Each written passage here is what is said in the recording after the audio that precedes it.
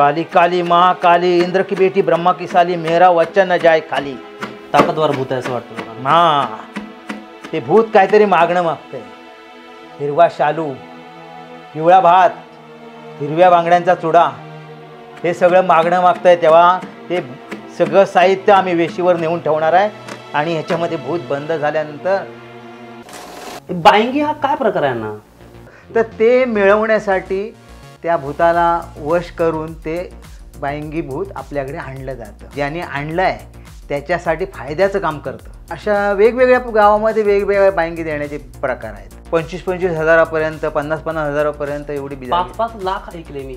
पैसे दिल्यानंतर हे बायंगी त्यांच्या हातात सुपूर्द केलं जातं. हे तुम्हाला दिलेलं आहे, जे भूत आणलेलं आहे त्या भूताला काहीतरी परतावा द्यायचा असतो, देणं द्यायचं असतं. जर का तुम्ही ते देणं विसरलात तर तो होत्याचं नव्हतं होऊन जाईल. ते उलट फिरणार बाई. हां, मूठ मारले म्हणजे काय?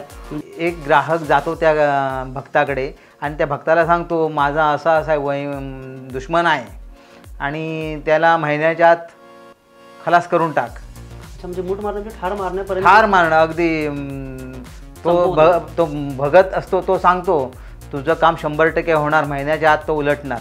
हे मांत्रिक भगत यांचे ते गावागावामध्ये हस्तक पेरलेले असतात. त्यांनी मुद्दाम पेरलेले. हां,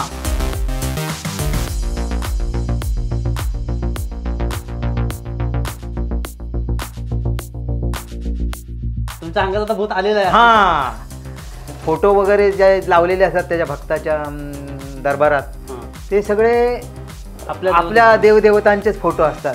त्याच्यामुळे ह्या लोकांना त्या भक्ताबद्दल विश्वास वाटतो. म्हणजे परंपरागत देवाबद्दल जो आपला विश्वास आहे त्याचा गैरफायदा हे लोक घेतात. प्रत्यक्षात त्या भक्ताला या देवांचं काय घेणं देणं काही नसतं. त्याचा व्यवसायच आहे तो. बायंगी आहे, करणी आहे, मूठ मारणे आहे, चाडी आहे आणि काय काय नावं आहेत. तर आपण मेजर विषय जो कोकणात सध्या फार फोपावला आहे